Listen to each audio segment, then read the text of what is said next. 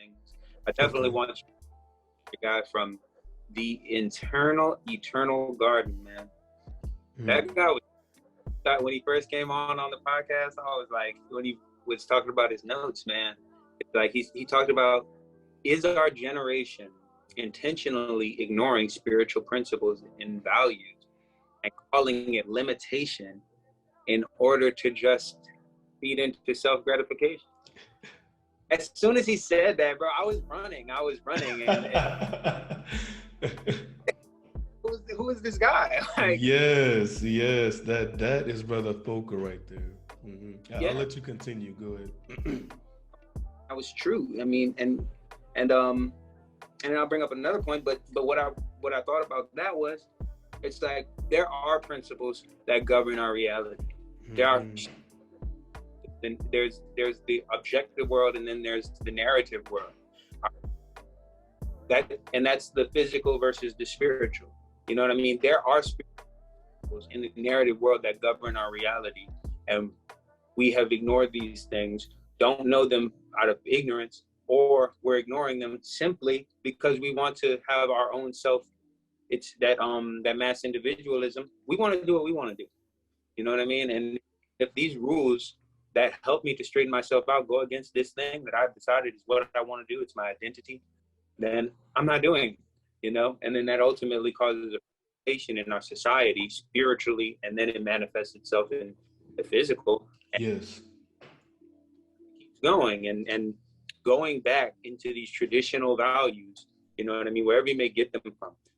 We we did things for a long time before we got to this new modern age, postmodernism. Instant gratification. I mean, and that stuff worked. That stuff worked, Right. and we let it all go, and it worked for a reason. And I think that it's about entertaining them again. Not entertaining is the word, but it's about entertaining these principles, looking into them, and trying to figure out why did they work, why are they important, and then recultivating them back into our experience. Yes, we definitely need to integrate that, and I see that conversation a lot with Brother Moses. Shout out to Moses the prophet. He speaks strictly from Scripture, and anytime he has a conversation about principle. He doesn't debate about feelings or because feelings are fleeting, right? He's like strictly about the principle. And to go back to what the question that Brother Folk asked. As you heard in the podcast, it is true. People are afraid of walking along that line because again, it requires consistency. It requires responsibility. That's not an easy thing to do. But when you can just easily pull up your phone and anything that you want is accessible to you at that point in time, the flesh leans more towards that. It's more difficult to sit with yourself and maintain that connection with the Most High on a daily basis. That because it's not something that comes easy. And what's going on? Excuse me, ladies and gentlemen. Um, well, where was I at?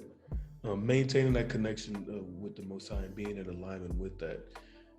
He was accurate with that, man. He was right on point with it because him and I have conversations about this all the time, and we just see it as that again, going back to knowledge of self. The one thing that people are seeking the most, they just run away from it. They, as it says in the scripture, the kingdom of, how does it go? Excuse me, Salakia. The kingdom of heaven is within you. You don't have to go anywhere else for it. But again, that's a process. It's not just okay, I said and talked to the Most High, now I'm good. No. Why? Because faith without works is dead. And it takes work to remove everything that you've done over the years. It takes work to have your spirit truly in a genuine fashion walk righteously. I just don't I think that this generation tends to be more fixated on how they feel versus what the principle of it is. People like to argue the definition of is. And it's like, bro, I'm not telling you what I know or what I feel. I'm telling you what it is. I'm telling you exactly what you need to know, what I need to know, what John around the corner need to know, based on this right here. There's no debating this. It's word for word as you have read it. Yeah, right. Yeah, man. I mean, I agree. And it goes back to what I said in the beginning, and which I think is the most important thing that society as a whole, but our generation desperately needs, is that connection to God, and to remember that it's a hierarchy of values, and it's putting reprioritizing our hierarchy of values and placing the Most High at the top, and understanding what that means and what it means to be at the bottom of the hierarchy, looking up towards the Most High and placing him at the top of the value hierarchy. It's and trusting in his wisdom to lead you into a place of peace and prosperity that we don't find because we have other things at the top of our hierarchy, whether they be prestige, money, for instant gratification, or whatever it may be. Putting all of that to the side and remembering who's at the top of the hierarchy, and then seeking the kingdom, and looking towards that with all of our heart, minds, and souls. And I think that would help a lot of people. I agree with you. The generation is just so focused on that our value is in the wrong place. And I say this all the time. People say that they want real, but the minute they come across it, they don't know what to do with it, because they're like, I didn't know another real motherfucker exists out here. Like this person is like genuine hearted, like down to the like 10 toes genuine.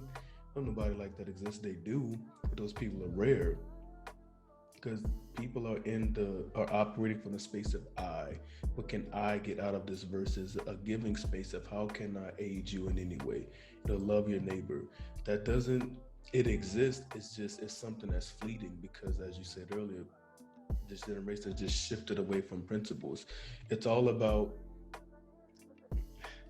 we're at a dangerous place when telling the truth is hate speech. That's dangerous. That's extremely dangerous. It's like, and again, that why is it hate speech? You hurt my feelings. That's the truth. Either you want your feelings coddled, or you want the truth. Like, do you want to grow, or do you want to stay comfortable? Which one do you want? And we find that most people prefer just, staying comfortable. Growth is uncomfortable at all times. At all times. It's never going to be comfortable. It never will be. Yeah.